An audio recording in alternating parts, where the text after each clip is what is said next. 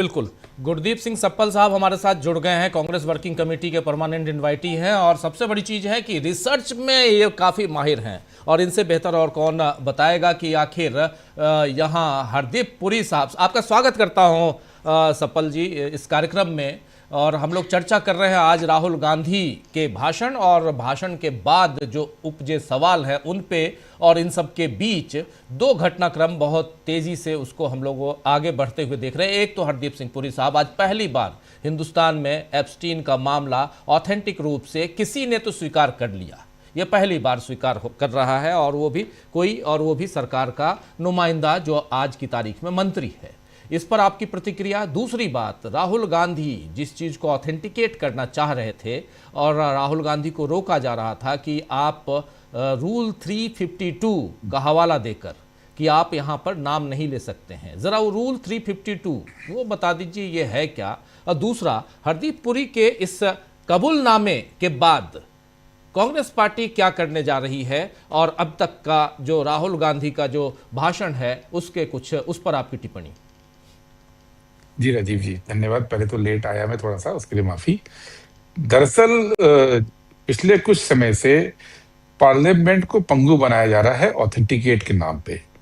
Authentication कहते हुए जो किसी सांसद को बोलना होता है, खासतौर पर राहुल गांधी जी को जब बोलना होता है, तो उसमें रोड़े अटकाए जाते हैं। अब आज भी रूल 352 की बात की और बाकायदा सदन में चेयर से बोला गया कि प्रधानमंत्री इंपॉर्टेंट व्यक्ति हैं, आप उनके खिलाफ नहीं बोल सकते। तो ये कौन सी संसद हो गई जिसमें प्रधानमंत्री के खिलाफ आप नहीं बोल सकते या उनके खिलाफ मुद्दा नहीं उठा सकते? वो जो नियम है वो नियम उन लोगों के लिए है जो संवैधानिक पदों पे है, जिसके अंदर राष्ट्रपति आते हैं, जिसके अंदर जजेस आते हैं, जिसके अंदर गवर्नर आते हैं, चुनाव आयुक्त आते हैं, सीएजी आते हैं। ये वो पद हैं जो कि संवैधानिक पद माने जाते हैं। और संवैधानिक पद में चूंकि वो राजनीति का हिस्सा नहीं होने चाहिए, हालांकि आजकल चुनाव आयोग इसमें नहीं शामिल कर सकते, वो तो बाकायदा अब राजनीति के साथ जुड़ते हुए नजर आते हैं, लेकिन ये तमाम पदों से ये माना जाता है कि वो सक्रिय राजनीति का हिस्सा नहीं बनेंगे। और वो इसलिए उन पे अगर कुछ बात करनी है तो सब्सटेंटिव मोशन लाना चाहिए संसद के अंदर, लेकिन प्रधानमंत्री की आलोचना नहीं कर सकते। प्रधानमंत्री को आपने जो है भगवान बना दिया पार्लियामेंट के अंदर, तो फिर संसद किस लिए है? संसद का तो गठन ही इसलिए होता है लोकतंत्र के अंदर कि सरकार और सरकार का नेतृत्व प्रधानमंत्री उनकी जवाबदेही तय करे। और जवाबदेही तय करने के टूल क्या है? आप सवाल उठाते हैं, आपके पास जो जानकारी होती है, कोई आरोप हो, कोई जानकारी हो, वो सदन के पक्ष में रखते हैं, आप अपना विश्लेषण रखते हैं और सरकार उसकी जांच करती है या जवाब देती है। तो राहुल जी जब भी बोलने लगते हैं इस रूल को गलत तरीके से कोट करते हैं और ये वक्त आ गया है कि हम इसको चैलेंज करें।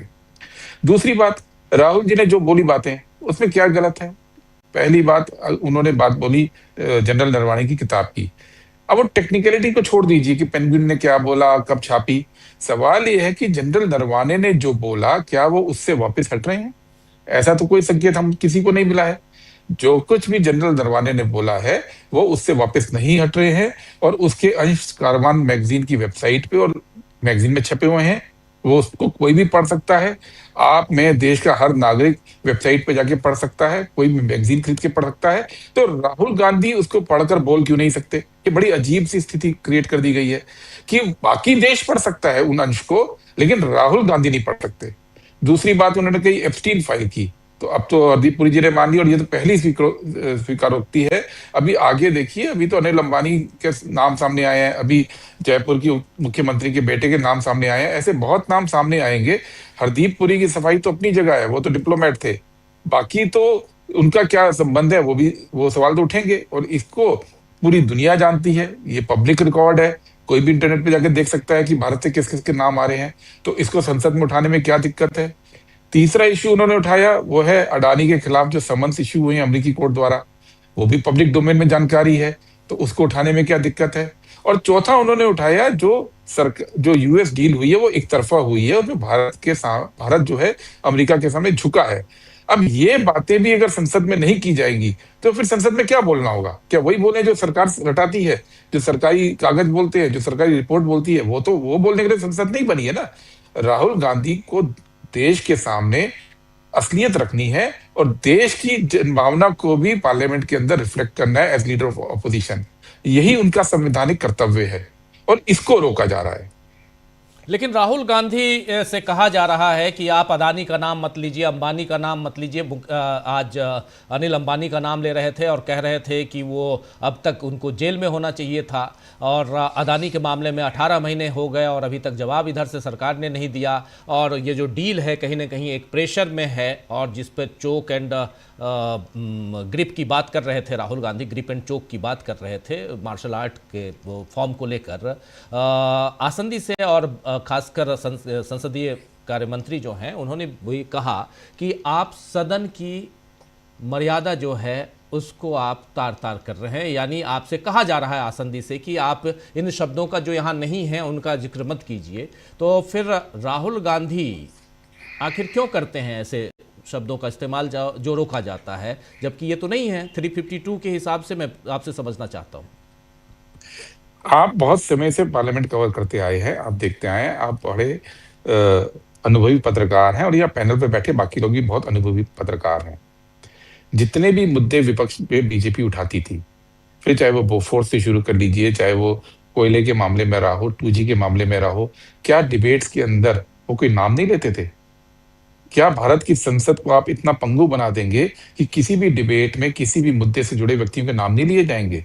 ये नियम बेसिकली उनके लिए होता था कि जो अपना जवाब, जो जो इलेक्टेड रिप्रेजेंटेटिव है, जो चुना हुआ व्यक्ति है, वो अपना जवाब सदन में नहीं दे पा रहा है तो उसका नाम नहीं लेना चाहिए, उसको मौका देना चाहिए जवाब का।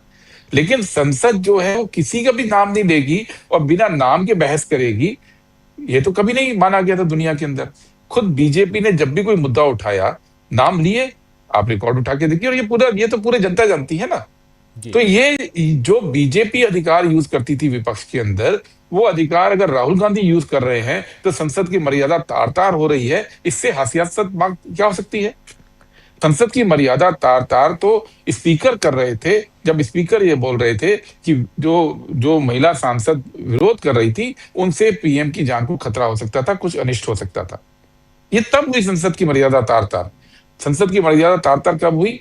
जब पिछले साल राज्यसभा के अंदर उपराष्ट्रपति जो चेयरमैन थे धनखड़ साहब, उन्होंने बहुत बड़ा मुद्दा बनाया कि पार्लियामेंट के अंदर, राज्यसभा के अंदर 50,000 रुपए मिले हैं और मैं इसकी इंक्वायरी करा रहा हूं, ये है और किसके हैं, और आज तक आपको उसके बारे में कुछ नहीं पता लगा। जी। और करने लगी, कार करती थी वो तो ठीक था। अब तो सदन के जो चेयर है उस पे बैठे लोग अब फर्जी मुद्दे क्रिएट कर रहे हैं। सदन की गरिमा का ह्रास उससे होता है। सदन की गरिमा का ह्रास तब हुआ जब ओम बिड़ला जी ने उस दिन सदन के अंदर बैठ के बोला कि इस सदन के अंदर किताब में छपी या अखबार में छपी किसी चीज में बात नहीं हो सकती है।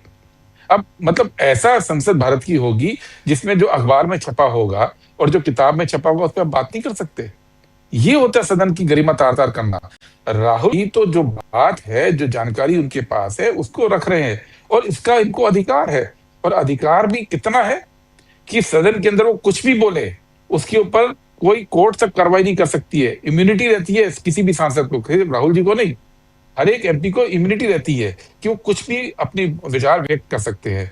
और दूसरी बात, अब जो मोदी सरकार का पूरा है कि विचार में आपका जो ओपिनियन है और फैक्ट्स के अंदर आप फर्क करना भूल गए।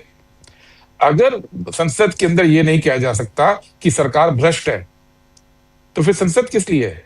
अगर संसद के अंदर भ्रष्टाचार के उदाहरण नहीं गिनाए जा सकते तो फिर संसद किस लिए है? फिर तो आप जो है केवल सरकारी कार्यक्रम बनाने के लिए कर रहे हैं। सप्पल जी, लेकिन सरकार का कहना है, आसंदी पे बैठे या बाहर भी ये जो मंत्री हैं इनका कहना है कि राहुल गांधी को जब कहा गया कि राष्ट्रपति के अभिभाषण पर जो चर्चा चल रही है उस पर बात कीजिए तो वो किताब लेके चले आए। जब उनको मौका दिया गया कि आप इधर बजट पे बात कीजिए तो वो एब्स्टीन का फाइल खोल के बैठ गए, खड़े हो गए। तो गुमराह कर रहे हैं सदन को राहुल गांधी को नियम कायदे पता नहीं है और नेता विपक्ष बने हुए हैं। उनको बार बार ये कहा जाता है कि आप पहले रूल बुक पढ़िए। राहुल गांधी भी तो 5 बार के सांसद हैं। ये मैं कांग्रेस पार्टी से समझना चाहता हूं हाँ, कि कांग्रेस पार्टी इस मसले पे क्या, क्योंकि कहीं ना कहीं राहुल गांधी के इमेज को यहां डाउन करने की कोशिश हो रही है सदन के जरिए, और ये बताने की कोशिश हो रही है कि राहुल गांधी ने रूल बुक नहीं पढ़ रखा है, उनको पता ही नहीं है नियम कायदे जो है सदन के। कैसे देखा जाए इसको? देखिए, राहुल गांधी जी के खिलाफ तो इन्होंने हजारों करोड़ रुपए खर्च किए ये साबित करने में कि इनको कुछ नहीं आता। आज का आप उनका भाषण सुन लीजिए तो समझ में आएगा। जो राहुल गांधी जी को समझ में आता है वो भारत की पूरी सरकार में किसी मंत्री किसी प्रधानमंत्री को समझ में नहीं आ रहा है। इसलिए वो पूरे झुक गए अमेरिका के सामने, ये तो स्पष्ट है। जहां तक टेक्निकल बात है, मैं आपने सवाल पूछा है तो थोड़ा सा इसका जवाब दे देता हूँ। राष्ट्रपति का अभिभाषण सरकार की पॉलिसी के ऊपर होता है। अभिभाषण के अंदर वो तमाम मुद्दे होते हैं जो सरकार के विभिन्न मंत्रालयों से होते हैं, जो सरकार कहती है। अब डिफेंस मंत्रालय, रक्षा मंत्रालय के मुद्दे भी इसमें उठाए जाते हैं। अभिभाषण के ऊपर डिबेट का मतलब ये नहीं होता है कि जो राष्ट्रपति जी ने बोला पॉइंट बाय पॉइंट केवल उन्हीं मुद्दों को उठाना है। वो मुद्दे भी उठाए जाते हैं जो राष्ट्रपति की स्पीच में नहीं थे। यहां तक कि जब राष्ट्रपति की स्पीच पास होती है, इस बार तो धक्के में पास कर दी बिना जवाब के, तो विपक्ष को या किसी भी सांसद को अधिकार होता है अमेंडमेंट लाने का। उस अमेंडमेंट की भाषा होती है that president did not cover this point. राष्ट्रपति ने अपने भाषण में यह मुद्दा नहीं इंक्लूड किया, और अगर ये सही तरीके से डिबेट चलने दी जाती तो 100% कांग्रेस पार्टी की ओर से ये अमेंडमेंट आता अभिभाषण के ऊपर कि उन्होंने, जनरल नवराने ने जो चिंता जाहिर की अपनी किताब के अंदर, उसके ऊपर बात नहीं की। चाइना के आगे जो भारत सरकार की अनिर्णय स्थिति रही, प्रधानमंत्री मोदी उस दिन फैसला नहीं ले पाए, उस स्थिति को आपने अपने भाषण में इंक्लूड नहीं किया, ये बात आती। और ये हमेशा परंपरा रही है। तो राहुल गांधी वही कर रहे थे जो कि राष्ट्रपति के अभिभाषण में किया जाना चाहिए, कि राष्ट्रपति ने इस मुद्दे पर बात नहीं की, उनको बीजेपी ने बोलने नहीं दिया। इससे राहुल गांधी दूसरी तरफ होता है, बजट के भाषण के अंदर जो भी मंत्रालय को बजट से पैसा मिलना होता है, उस मंत्रालय की फंक्शनिंग पे बात की जा सकती है। ये कल चिदम्बरम साहब ने अपनी स्पीच के शुरू में बोला। अब विदेश मंत्रालय भारत सरकार के बजट पे चलता है, और विदेश मंत्रालय और वाणिज्य मंत्रालय का कोई फेलियर अगर हुआ है ट्रेड डील के अंदर, तो उसको बजट में बाकायदा लिया जा सकता है। ये कहीं से, और ये इस बात का सबसे बड़ा सबूत ये है कि आज राहुल जी ने जो बजट स्पीच में मुद्दे उठाए यूएस ट्रेड को लेकर, उसको स्पीकर चाह कर भी एक्सपंज नहीं कर सकते हैं, क्योंकि वो बजट स्पीच के अंदर उठाने के लायक थे, वो रूल के अगेंस्ट नहीं थे। मैं चैलेंज करता हूं कि स्पीकर जो है आज इसको एक्सपंज करके दिखा दें, कह दें कि बजट स्पीच के अंदर ये रूल में नहीं आता है, इसलिए राहुल गांधी ने इसको गलत बोला, हम इसको एक्सपंज कर रहे हैं। वो नहीं कर सकते ना। तो ये जो झूठा एक माहौल बनाया जाता है कि आप इसमें नहीं बोल सकते, उस पे नहीं बोल सकते हैं, ये माहौल तो गलत है ही।